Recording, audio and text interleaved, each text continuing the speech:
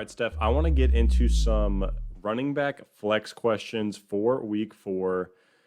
These are guys that aren't locked in starters. We're not talking, your Ezekiel Elliott, Alvin Kamara, Josh Jacobs type guys here. These are guys that are your RB2, RB3 that you need to know if you're going to plug them in or not. Some are coming off of solid games. Some are coming off of terrible games.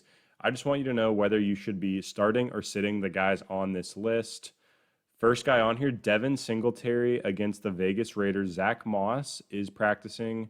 I think it was in a limited capacity when I saw it today, but Zach Moss could be back this week. What are you doing with Devin Singletary against Vegas? He had a pretty solid week last week without Zach Moss there. Yeah, the matchup's pretty nice. Vegas is giving up a lot on the ground to your running backs. I'm willing to put Singletary in as an RB2 if Moss is out. If not, he's nothing more than a flex. You lose some of the upside, and what we want to see from Singletary is he's never going to be their goal line back. But it's the pass catching volume. He had 5 targets in that game against the Rams, what actually turned into a shootout in week 3.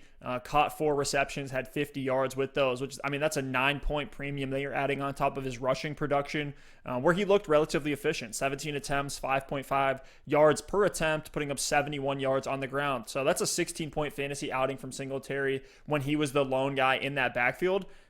Hopefully Moss, for Singletary's sake, from a fantasy perspective, isn't out there. That's really the only time where I would be excited about either Singletary or Moss, as if the other one missed. So just keep an eye on that. But as long as Moss is out, I'm in on Singletary. Yeah, I agree with you. Singletary, with or without Moss, is averaging 5 targets a game. And you're right, the touchdown upside is low because of Josh Allen.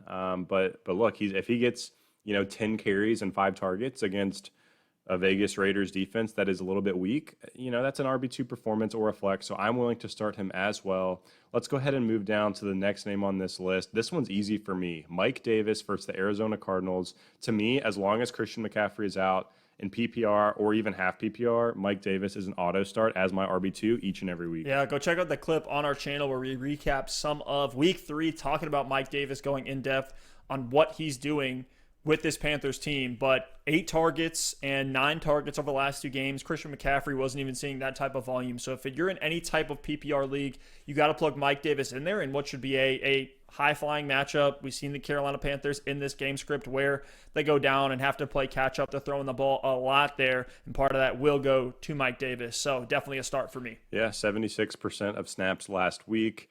Had 13 carries on the ground, 8 receptions through the air, so 20 total touches. I expect that to continue moving forward for a Panthers team that's going to be throwing the ball a lot. So, yeah, lock in Mike Davis. I'd prefer him over Devin Singletary, who we just talked about.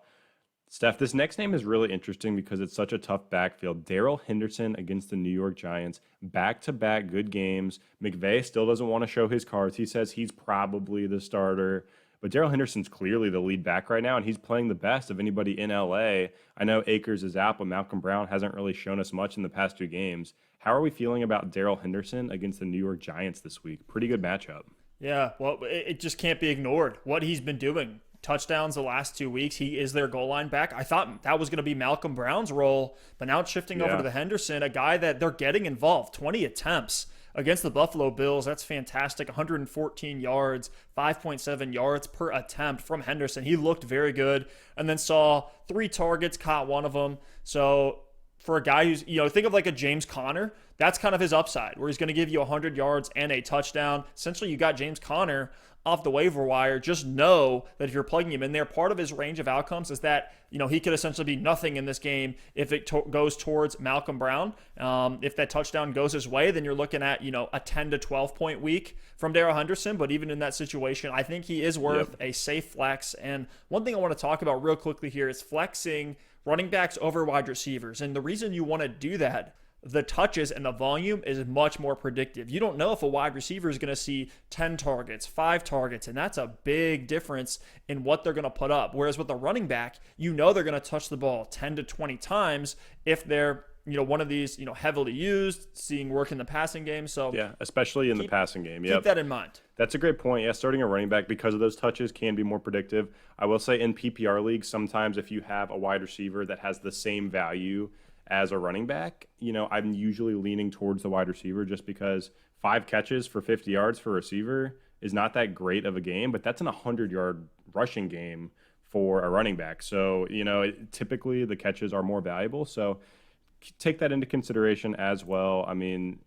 it's tough. More touchdown upside from running backs too, especially a goal line type of back. So I'd go Henderson in a flex spot or desperation RB2. I want to call one thing out. I'm not too confident. I'm trying to actually fade Henderson this week for a couple of reasons. One, Cam Akers is questionable. I think he's going to miss this week, but he could be back. I haven't seen anything on it as of now. Here recording on the even in the Giants matchup on the 30th. Here's why, Stef, because Malcolm Brown last week only saw 7 carries to Darrell Henderson's 20, but they both played the same amount of snaps. So, Henderson clearly got the hot hand and was getting the ball when he was in the game, but Malcolm Brown was on the field just as often. So I don't know if that was intentional. I don't know if they were scripting running plays for Henderson when he was out there because he was being more efficient, or if it just happened to be the game script and where Brown got the short end of the stick and was on the field during passing plays and was pass blocking and things like that. So even in this game for Henderson, 20 carries, only played 49% of snaps. And if you throw Cam Akers back into the mix, it's a little bit sketchier. If Cam Akers is out this week, I'm with you. I'm okay to flex Henderson, but just keep an eye on it. I wouldn't just be auto starting him over some of these other options. So you really need to keep monitoring that situation. But I will say, if there's a back to own in LA, no doubt Darrell Henderson. Yep. Just know that's in his range of outcomes that he could kind of bust her out. But yep. For now, I'm willing to chase those points. Feels a little bit stickier. But let's talk about David Johnson, who's in a matchup against the Minnesota Vikings. I think he's a start. With the schedule opening up, he probably is a buy low right now. And we could see some big things. 13 attempts in a tough matchup against the Pittsburgh Steelers. Rushed at less than 2 yards per attempt, but he did have a touchdown that kind of saved you. I think we're going to see that yards per attempt number increase here against Minnesota. Yeah, you're starting David Johnson. He had a tough pull to start out the year. I mean, who made this schedule for the Houston Texans? They get the Chiefs, the Ravens, and the Steelers. I think DeAndre Hopkins made that schedule. Yeah, no kidding. But look, he had a great game against the Chiefs. We saw that awesome run on the opening night. So fantastic game in week 1. Then he gets 2 really tough run D teams in the Ravens and the Steelers. Terrible efficiency in both games, but he still got 4 targets against Baltimore, 3 targets against Pittsburgh. Next several weeks, he gets Minnesota this week, Jacksonville next week. So you're right, buy low opportunity for David Johnson. You're plugging him in as your RB2. I have no hesitation at all. If he sees around 12 carries on the ground, can get 4 targets through the air, that could easily translate to 80 to 100 total yards, a couple catches, and a touchdown. I'm rolling out David Johnson with confidence this week. Yeah, even if Duke Johnson comes back, you can still expect David Johnson to be able to move the ball on the ground. Minnesota giving up the 5th most yards so far this season. Let's talk about Jerick McKinnon up against the Philadelphia Eagles. A pretty tough matchup that we've seen so far. That front 7 in Philly is keeping the run contained. Are you willing to throw McKinnon in there after a pretty solid week with Mostert and Coleman both out? Yeah, important to note that he is banged up. I haven't seen updates today as to whether he's practicing or not, but he was dealing with a bit of a rib issue. So keep an eye on that. Obviously, if he's inactive, you don't play him. If he is active, I'm happy to play him against Philly. We look at the workload last week. He didn't have an efficient day. The 49ers as a whole had a terrible day on the ground, only 2.7 yards per carry as a team. But McKinnon had 14 carries on the ground, had 4 targets as well. That kind of workload is what you're looking for in your RB2 or your flex, especially someone like McKinnon that can get it done in the passing game. And PPR leagues is going to give you that higher baseline. So if Mostert is out, Tevin Coleman's on IR, so Mostert's the one we're really worrying about. If Mostert is out and McKinnon is in, I'm starting Jerick McKinnon. If Mostert is active or if McKinnon is inactive, obviously you're not going to play him. So that's what it comes down to for me. But if the opportunity is going to be there with no Raheem Mostert, I'm happy to roll him out there. Yeah, just with the run scheme, it really doesn't matter who they put behind that San Francisco O-line. They're going to be able to move the ball, and they're going to be relied upon to score. So 16-point outing from Jerick McKinnon. I'm willing to plug him back in. Don't expect a 25-point outing from him. I think his ceiling is capped with a little bit of a tougher matchup, but 12 to 18 points is not outside of the range of possibilities for McKinnon. I agree 100%. And Steph, this next guy is tough because he seems like he's been scratching the surface of this breakout, and he had a ton of hype before the season. Antonio Gibson, tough matchup here against the Baltimore Ravens. Last week had 9 carries for 49 yards and a touchdown, a couple receptions as well. He hasn't quite broken out yet, but he's had back-to-back touchdowns. You know, the snaps are up, the carries are up. What do we expect out of Antonio Gibson? We haven't really seen him take total control of that workhorse role. I mean, only 26% of snaps in week 1. Last 2 weeks, he was on the field 65% and 40% of the time. We'd still love to see that a little bit higher.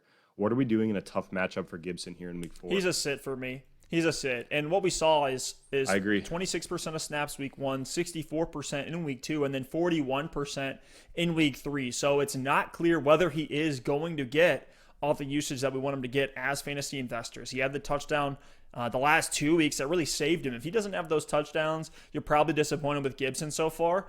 So don't overvalue that. Touchdowns are the least predictive stat category in fantasy football. So don't rely on that week in, especially when you play for Washington. Exactly. Add that in with a tough matchup. He's a sit for now. There's a non-zero chance that, Gibson's putting less than 5 points up. You don't want that in any way in your lineup. So let's talk about the last one here. Same game, other side of the ball. Mark Ingram coming off a very disappointing outing. We said earlier when we talked about Hollywood Brown, are we just throwing this game out the window for the Ravens and plugging these guys right back in? What's your concern level on Ingram in this three-headed backfield with Gus Edwards getting much more volume than any fantasy player wants to see? Stef, I mean, I'm not taking a victory lap too early, but I've been out on Mark Ingram all year. I've said it from after the draft. I said Mark Ingram wouldn't even be a top 30 running back, and here we are after week 3, and he's RB 45 in full PPR. So to me, he's nothing more than an RB 3 or a flex play. I'm actually trying to sit him in this matchup. I know it's a good matchup against Washington. They should lead. They should be able to burn out this clock. But Mark Ingram last week played 32% of snaps, the week before 42%, and the week before 36% of snaps. And he's 1 fourth down touchdown run in week 2 away from having less than 5 fantasy points in every game this season. He doesn't add value in the passing game. If they get to the goal line, it's like a toss-up. Is it going to be Ingram? Is it going to be Edwards, Dobbins, Lamar Jackson? So unless he's getting a touchdown, he's a sit for me every single week. So you're just rolling the dice, and we just said it with Antonio Gibson. Touchdowns are the least predictive thing. Maybe for Washington, they're less likely than they are for a team like the Baltimore Ravens, especially on the ground. But I'm trying to sit Mark Ingram. A lot of the names we've talked about, I'd start over Mark Ingram in PPR. Give me David Johnson. Give me Darrell Henderson, Mike Davis, Devin Singletary, even Jerick McKinnon. If he plays and Mostert is out, I'm taking all those guys over Mark Ingram right now. If there's one of the 3 Ravens guys that I have to start, it would be Mark Ingram, but not feeling great about it. I agree. Yep. Not feeling great. Look, and there's always the chance, like, Mark Ingram could come out and have 80 yards and a touchdown and a couple catches and have a 16, 18-point game. But right now, it's, you're throwing darts blindfolded, trying to pick which game that's going to be. Obviously, against Washington, it's a good matchup. So I'm not saying the range of outcomes isn't there. I'm just not betting on it at any point unless I'm forced to start him, and I can just pray for that TD.